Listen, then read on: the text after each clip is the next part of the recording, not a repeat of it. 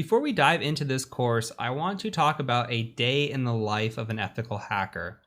And I want to talk about why I love ethical hacking or penetration testing and what I do on a day-to-day basis, what kind of engagements you might find yourself in as an ethical hacker, and then the soft skills and technical skills I think that you should have in order to be successful in this field. So let's go ahead and first look at why pen testing.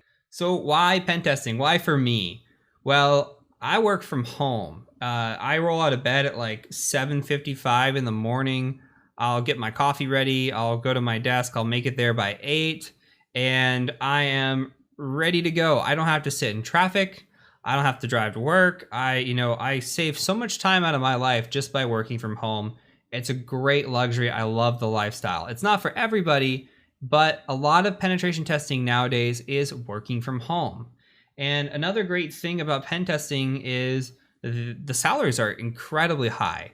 My first job in the field was over 6 figures, meaning over $100,000 in this field as a first year pen tester.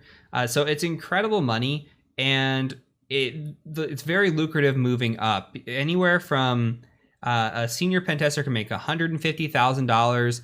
A manager can make somewhere around $170,000 to $200,000. And really the sky's the limit, especially if you go out and you do your own business or your own consulting. The salaries are very, very high because this is a very technical field, and there is a job shortage or people shortage right now. We have more jobs than we have people, so that relates to high salaries as well. On top of that, the benefits are great. The work-life balance is great. Again, this boils down to where you work, but for me personally, I'm working 40-hour weeks. My benefits have been fantastic through and through. And I love the lifestyle, right? That work from home, that 40 hours a week. I was an accountant before I got into penetration testing. And let me tell you, I was working 60-hour weeks, 70-hour weeks. I was in the office all the time. And I was going in when it was dark, and I was coming home when it was dark. And it just, can easily lead to depression doing that. I've not experienced any of that in penetration testing, and I'm really, really happy for it.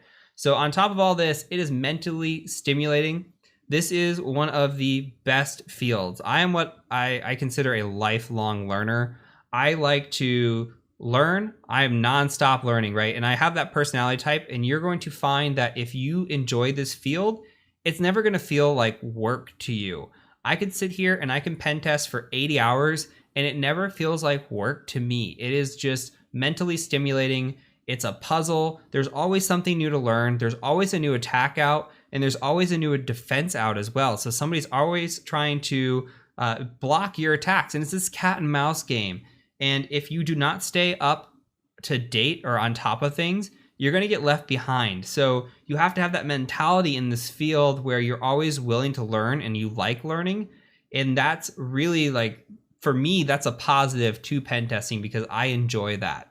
And lastly, of course, it's legal breaking and entering. Who doesn't like that? I get to break into buildings, I get to break into websites, into networks, and people pay me to do it. I cannot believe that this is a job. When I first heard about it, I was like, no way. Hackers are bad guys, right? But hackers can be good guys too, and we can get paid very lucrative salaries. So from here, let's talk about a day-to-day lifestyle. So day-to-day here. What's guaranteed, most basically should be guaranteed, is that I roll out of bed. I'm still relatively young, and I have several different types of assessments that I can do, and this really isn't all of them, but this is the ones that I do the most. Now, I have what is an external or internal network assessment, and we're going to cover those quite a bit in this course. But when we're talking external network assessment, that means that I'm evaluating a network from the outside. I could be in China, I can be in the United States, I could be in Russia. It doesn't matter where I'm attacking from, right? I could be in any country at any time attacking this network. So I'm on the outside looking in. The internal is different. We assume at this point that we have breached the network. We have a Dropbox. We've got some sort of code execution on their network. We logged into their VPN. It doesn't matter. Somehow, some way, we're on that network. what can we do once we're inside the network? And what that means is we're going to be talking a lot about Active Directory pen testing, and that's really what it corresponds to. And this course is going to hit very, very heavy on Active Directory because of this. And so you have two different types of network pen tests, and the methodology is very similar. The attacks and tool sets are very different. So they can almost be split apart into their own subsections, but you will have external pen tests, internal pen tests on the network side. You may be asked to do web application penetration testing. So that is assessing a website, right? You have a website or an application that is given to you, and you want to see if you can break that website, if you can log in as an administrator or get somewhere that you shouldn't be able to get to, and you just want to evaluate the security posture of that website. So there are a lot of tools and methodologies out there for that, and we're going to cover the OWASP top 10 in this course when we talk about that, which is big when it comes to testing web applications. So from there, we also have what is called wireless penetration testing. That is the evaluation of a wireless network. So we'll go on site, we'll try to hack into the wireless, we'll look at the guest network and see if there's any segmentation or not. Should a guest be able to sign in and access the same network that somebody who is logged in as an employee should access? The answer is no, but it happens quite a bit. We'll also look for rogue devices and see, what might be out there that is interesting to us. We'll talk more about all these different assessments when we get into their respective sections. Now, there's also what is called physical or social or phishing. There are three different types, but they fall into social engineering. Now, physical assessment is where you go on site and you try to break into a building. You have a destination in mind. Maybe it's a server closet or, some critical location in the building that they don't want you to get into. This could involve picking locks, social engineering a lot of the time, cloning badges, and just making your way into this building through whatever methodology you can. Now, social engineering and phishing, those are, kind of hand in hand. You'll do a phishing campaign or a social engineering campaign, or even a vishing where you're calling on the phone and you're trying to get information. And you're just after, what kind of credentials can I get? Who clicks on my links? What kind of passwords do I get, etc. We also have what is called SOC assessment. So a SOC assessment is also known as purple teaming. And purple teaming is when you combine red and blue. So as a penetration tester or ethical hacker, you're often known as red, and a defender is often known as blue. So you combine those and that makes purple. And what that means is we'll sit down with a blue team as an offensive team. We'll sit down with a blue team and we'll say, hey, what attacks do you want us to try to run? Or we're going to run these attacks, and I want to know if you pick it up. So I might run a specific attack and see if the blue team detects it. I might go plug into their network and see if it prevents me from plugging into their network. Do they get an alert on that? If not, how can we help them baseline this attack to get this alert? So I think purple teaming assessments are some of the best assessments that are out there, because not only do they learn from you and what attacks are out there, but you learn from them on how to defend against these and how to bypass these too, because maybe your first attempt does get blocked and you're like, hey, maybe I should, run a different attack and see if you catch that. And it's a great way to have that cat and mouse game again. So once we do these types of assessments, we have to write a report. We have to report back on what we saw and tell the client about it.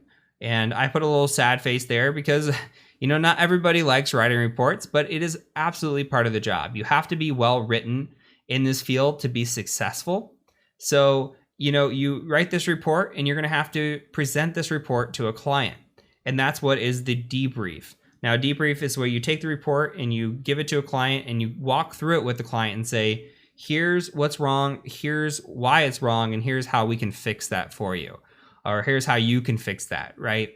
And so you have to have this technical skill set as a penetration tester, and you have to have this well-written skill set. You have to be able to write well. You also have to be able to talk in front of people when it comes to doing debriefs and talk to people. That doesn't mean you have to be an extrovert by any means. You can be an introvert. I am very introverted, but you have to be able to put that personality on when you're on site. Same thing with the physicals, by the way.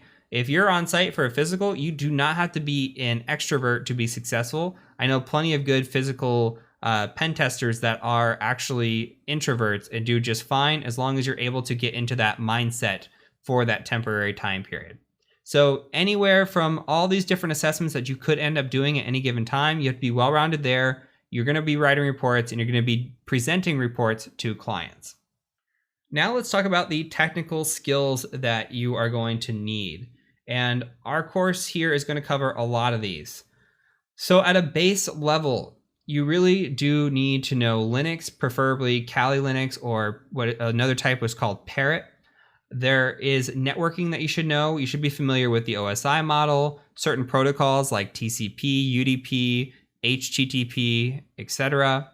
You should have good scripting skills, whether it be Python scripting or Bash scripting, etc. there. And you should have a solid hacking methodology. And this is all what we would want as a base for an interview. You should have also tool familiarity, right? Metasploit, Burp Suite, Nessus. If all this sounds like a foreign language to you, that's fine. Come back and watch this video again once you've gone through the whole course, and it's going to all click for you. And you're going to say, hey, I know a lot of this. And on the preferred side, Active Directory is huge. If you know Active Directory, you're going to be ahead of the game. Most people, when I interview them, they have a good base, but they don't have that good preferred side. And we like the preferred column a lot, okay? So Active Directory, super important.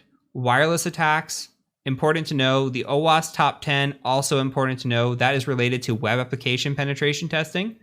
And lastly, coding skills. So scripting and coding, a little bit different. Scripting is what you'll be using primarily. Coding, you don't have to be a coder to be successful in this field at all, by the way.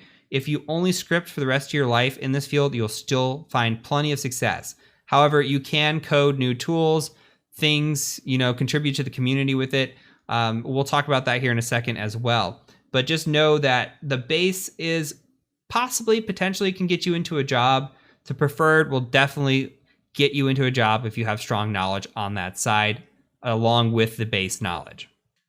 Lastly, something that is not covered much is the soft skills that you need to be a pen tester. So yeah, it's great to be technical, and we already talked about the social people skills, right? Because you're going to be doing that debriefing, you might be doing social engineering, etc. And you're going to have that well-written ability to you as well. But let's talk about some of these other ones. You need a strong desire to learn. You should be the type of person or that personality type that always wants to learn. And we talked about it, right?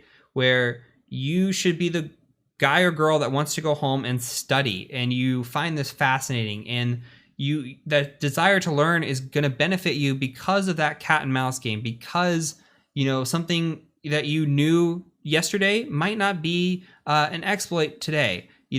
Patches are coming out all the time, and you have to stay ahead of the game because of this cat and mouse game. So that strong desire to learn, super important. If you do not stick up with your studies, you're going to get left behind.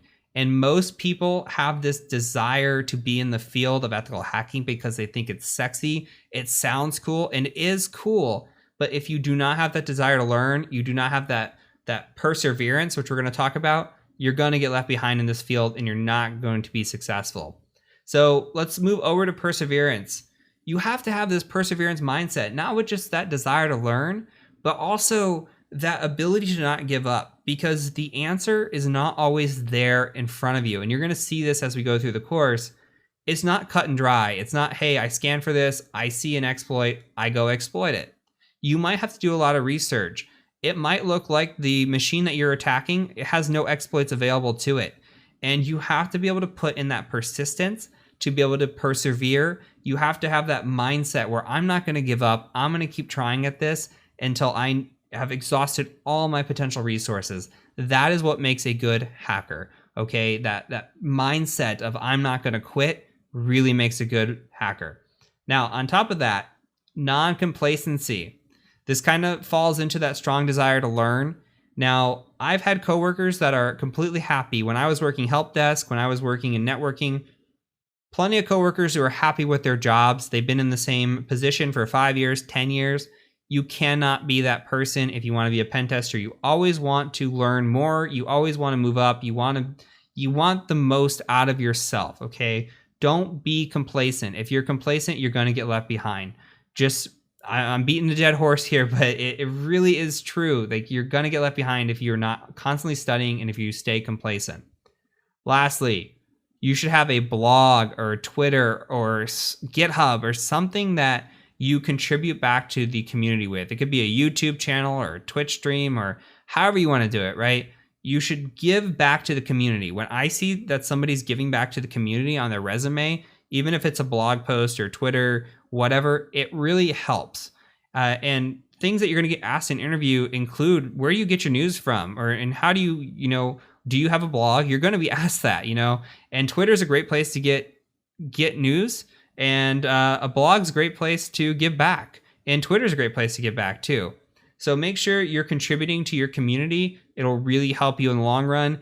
And you don't have to reinvent the wheel. It could be a blog that somebody's posted before or 20 people have posted before.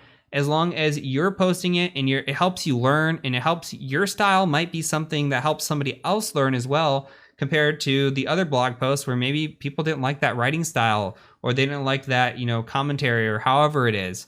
So you never know how your content is going to help somebody else. So I always encourage people to go out there and make their own content. So that's it.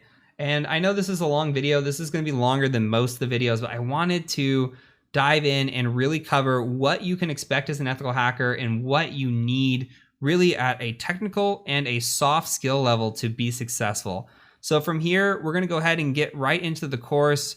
Next up is effective note keeping. We're going to talk about the importance of note keeping, what tools you should use to be keeping notes for this course, and then we're going to dive right into the technical concepts. So I'll catch you over in the next video.